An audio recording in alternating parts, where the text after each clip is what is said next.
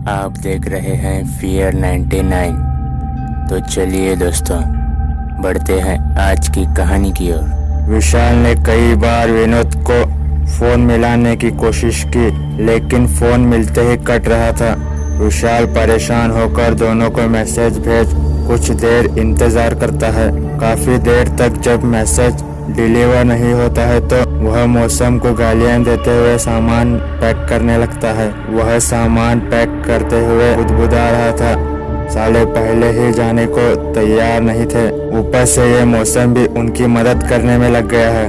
अभी तो मैंने इन दोनों को भानगढ़ की किले और उसके बारे में फैली भूतिया कहानियों के बारे में कुछ नहीं बताया है। अगर वो बता देता तो शायद दोनों जाने को तैयार ही नहीं होते। भूत और खंडर देखकर तो वैसे भी विनोद की जान निकल जाती है। अच्छा ही हुआ मेरा भी मजाक किरकिरा कर देता। अकेले में ऐसी जगह पर जाने का मजा ही कुछ और है। ऐसी जगहों में साथ ऐसा होना चाहिए जो मुसीबत में साथ दे, डर कर भागे नहीं। चलो जो होता है अच्छा ही होता है। मुझे नहीं लगता है कि मेरे जाने के बाद ये लोग वहाँ आएंगे। बैग बिस्तर पर रख वह गुस्ल खाने की ओर चल देता है। वह गुस्ल खाने से कुछ सामान लाकर ठूसते हुए एक बार फिर फोन उठाकर देखता है। फोन में नेटवर्क न देख वह गुस्से से फोन बेड पर पटक कर रसोई की ओर जाते एक बार फिर से बुदबुदाने लगता है।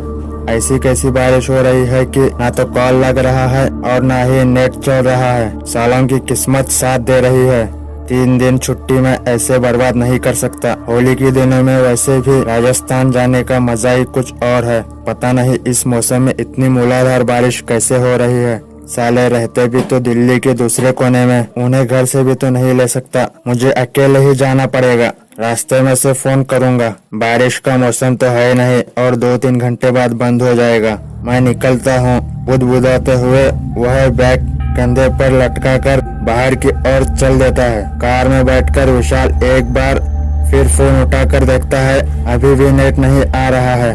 वह मोबाइल कंपनी को गालियां देते हुए कार स्टार्ट कर देता है। अपनी सोसाइटी के गेट की ओर बढ़ जाता है। सड़क पर जगह जगह पानी भरा हुआ था।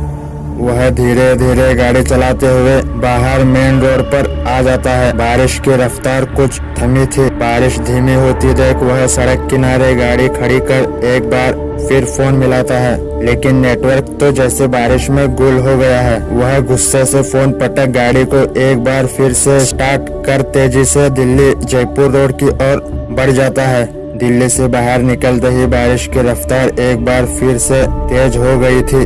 सामने सड़क पर बहुत कम दिख रहा था।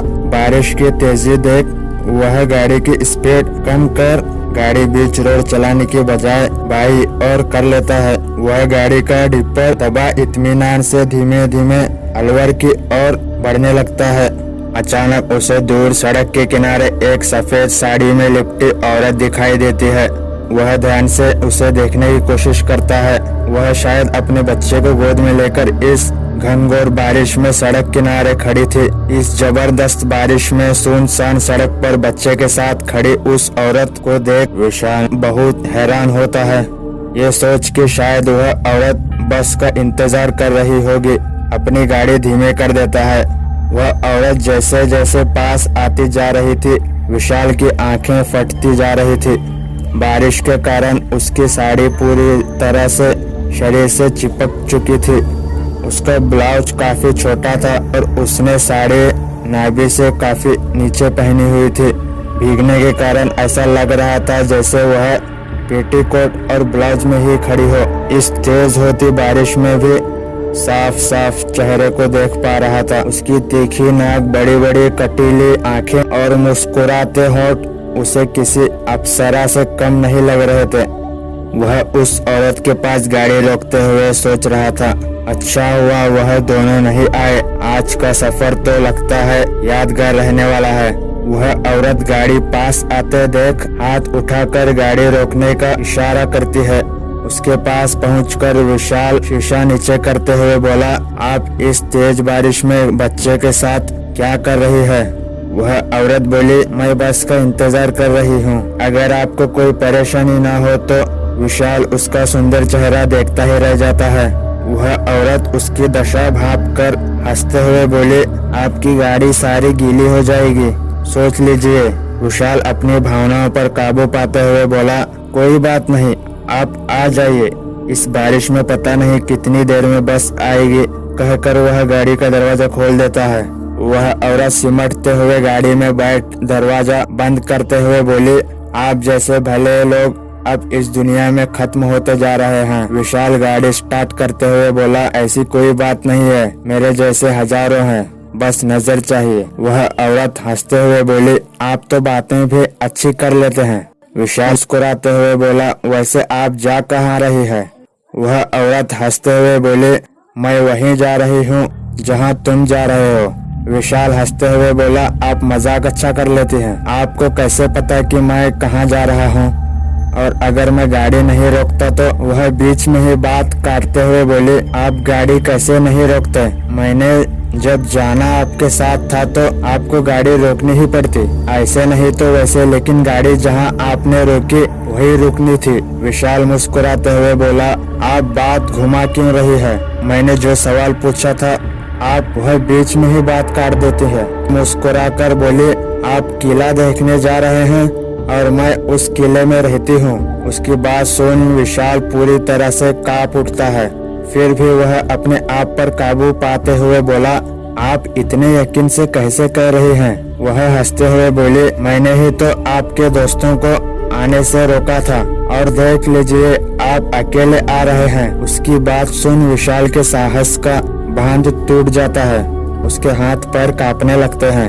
उसकी काफी कोशिश के बावजूद उसके हाथ से गाड़ी का स्टीयरिंग छूट जाता है। गाड़ी हवा में लहराते हुए पलट जाती है। विशाल गाड़ी का शीशा तोड़ते हुए बाहर सड़क पर आ गिरता है। उसका सर जैसे ही जमीन पर लगता है तो वह आह करते हुए आंख खोलकर अपने आसपास देखता है। वह आसपास का नजारा देख जोर से सर पर थप्पड़ मारते हुए, साला हर जगह जाने से पहले मुझे ऐसा ही सपना आता है, काश कभी ऐसा सपना सच भी हो जाता। ऐसी सुंदर भूतनी ही सही कोई तो आए बेमुरव्वत जिंदगी में। बुदबुदाते हुए वह फर्श से उठकर बेड पर बैठ जाता है। अचानक उसे कुछ याद आता है। वह जल्दी से बड़ी टेबल से फोन उठाकर समय देखता है। समय देखते हुए वह गुस्लखाने की और तेजी से बढ़ते हुए बुदबुदाया, 10 बज रहे हैं और मेरी नींद अब खुल रही है। विशाल भाई जल्दी कर, नहीं तो आज उन दोनों से बहुत गालियां पड़ेंगी।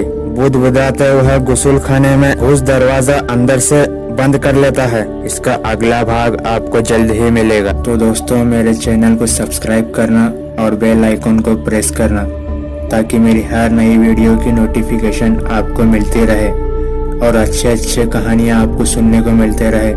तो चलिए दोस्तों, आज के लिए कहानी में बस इतना ही। मिलते हैं अगली कहानी के साथ, तब तक के लिए goodbye and take care.